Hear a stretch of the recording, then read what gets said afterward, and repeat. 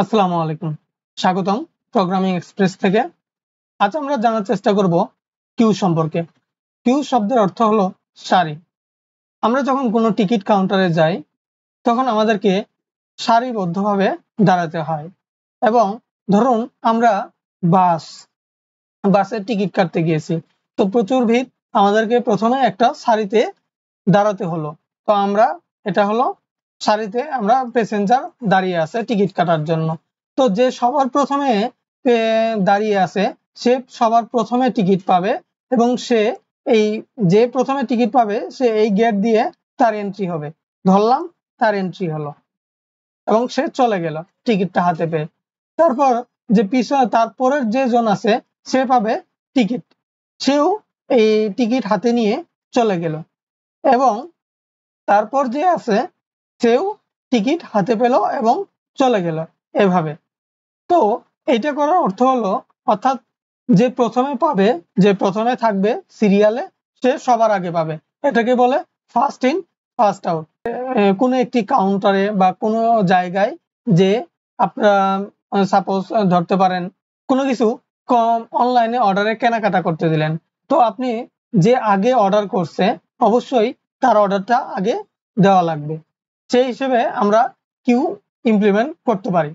এবং কিউ এর জন্য যে অ্যাপ্রোচ ফলো করা হয় FIFO, first in first out, অথবা LILO, LILO, last in last out. LILO শব্দটা শুনতেও খারাপ লাগে এবং কোনো ভালো দেখায় না, তাই আমরা ফিফো ইউজ করি, ফার্স্ট ইন ফার্স্ট আউট। যে সবার প্রথমে আসবে সে সবার আগে সার্ভিস পাবে, যে সবার লাস্টে আসবে সে সবার শেষে সার্ভিস পাবে। এই অনুযায়ী কিউ কাজ করে। আমরা এবার কম্পাইলারে কিউ এর ইমপ্লিমেন্ট দেখব।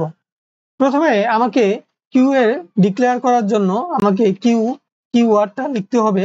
তারপর আমি কিউ এর ভিতরে কোন ডেটা টাইপের এলিমেন্টস গুলো রাখতে চাই, অর্থাৎ আমি কিওয়ার্ড দেওয়ার পর আমি কোন এলিমেন্টস গুলা রাখবো সেটা আমাকে বলে দিতে হবে।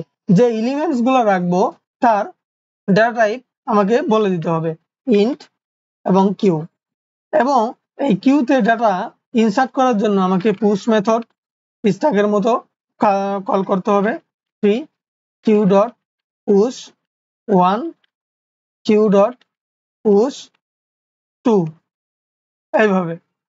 এবার আমরা যদি এটাকে ট্রাভার্স করে দেখতে চাই, হোয়াইল স্ট্যাকের মতো কিউ ডট এমটি, অর্থাৎ এটা যতক্ষণ না এমটি হচ্ছে ততক্ষণ এই লুপটা চলতে থাকবে।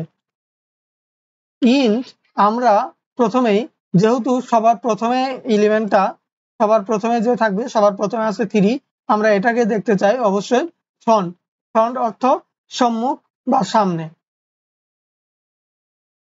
তো কিউ ডট ফ্রন্ট আমরা সবার প্রথমে যে এলিমেন্ট আছে তাকে দেখব এবং প্রিন্ট করব কাউট এফ এনলন, এবং সেটাকে ডিলিট করে দিব। ডিলিট এই জন্য করব, যদি এটাকে ডিলিট না করি তবে আমার এই কিউ থেকে যদি কোনো এলিমেন্ট ডিলিট না হয় তবে এই লুপটা সারা জীবন চলতে থাকবে যতক্ষণ না মেমোরি লিমিট এক্সিস্ট হয়। তো আমাকে প্রথমেই দেখতে হবে যেন আমরা এবার লুপ চালিয়ে দেখব এটার কি অবস্থা। দেখে নিন। দেখুন, আমরা প্রথমেই ইনসার্ট করেছি 3, আমাদের তারপরে করেছি 1, তারপর করেছি 2।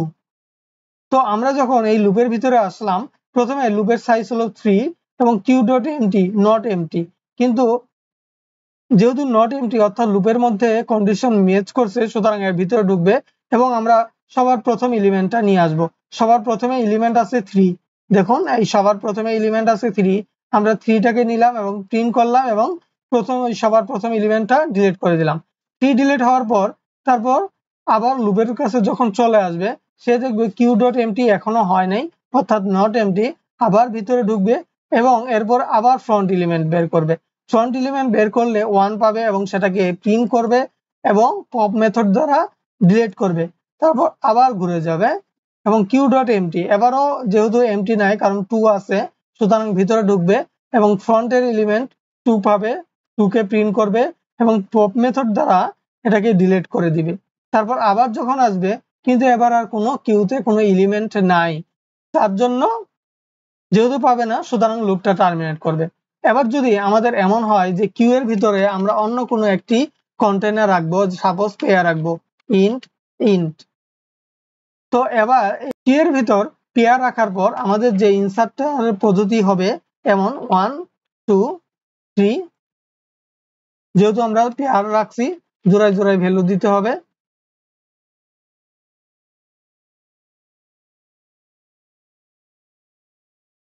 7 এবার যদি আমরা ফ্রন্টের এলিমেন্টকে অ্যাক্সেস করতে চাই, অর্থাৎ কিউ এর ফার্স্ট এলিমেন্ট যদি অ্যাক্সেস করতে চাই অথবা সেকেন্ড এলিমেন্ট যদি অ্যাক্সেস করতে চাই, তবে কিউ ডট ফ্রন্ট অর্থাৎ আমি সামনের এলিমেন্টটাকে অ্যাক্সেস করব এবং কোন প্রপার্টিকে, ফার্স্ট প্রপার্টিকে ইউজ অ্যাক্সেস করতে চাই, সুতরাং আমাকে ফার্স্ট লিখতে হবে। দেখুন 139, এই যে 139।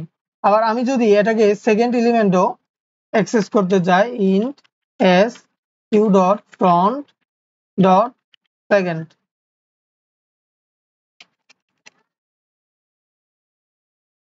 s nlon।